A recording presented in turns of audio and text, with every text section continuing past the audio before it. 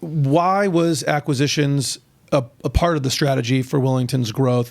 Do you think it's a strategic plan that's working? And if it is working, what are some of the key takeaways that someone else might get if they're considering some type of acquisitive growth? For the acquisitions that we've already that have already taken place, it was more about just growth, top line growth, certainly some diversification. I mentioned the big benefit from that first acquisition that really helped spawn our whole quality system, which has helped from a differentiation standpoint.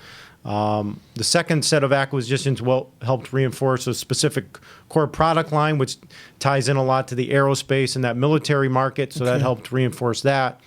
So now in the future, what we're looking for is things that can continue to reinforce core processes we have. Ideally, I'd like to have more of a regional, like you and I might have had some talks about, with things you're working on. So that way we can minimize our risk, right? Being in the automotive and the aerospace world, the OEMs like to minimize risk as much as possible, right? And we should be no different. So to have a second facility with redundant capabilities, God forbid anything happens, you'd be able to still support customers, with the proper plan in place.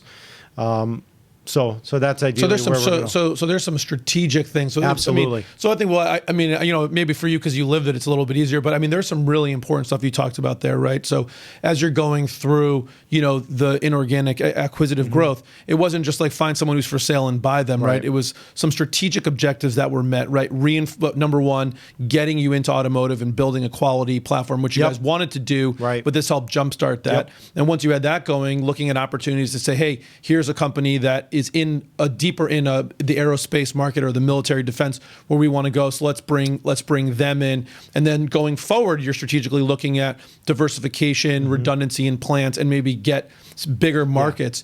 So I think that's important that people realize there's some strategic advantages there.